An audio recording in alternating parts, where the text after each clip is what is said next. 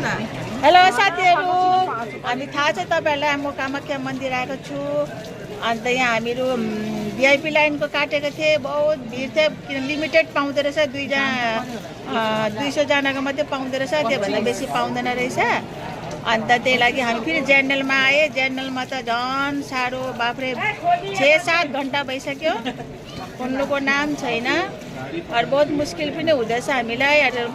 के भन्छ, एउटा पानीको व्यवस्था छैन, केही छैन।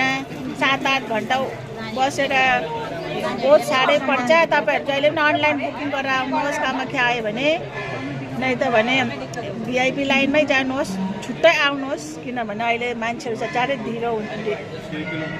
धेरै छ अहिले, यहाँको नियमहरू पनि चेन्ज भएको छ। तपाईहरुसँग प्रार्थना छ त्यस्तै गर्नुहोस्, किन हामीलाई त बहुत असुविधै भयो। 7-8 घन्टाबाट यहाँ लाइनमा उभिएकै छु।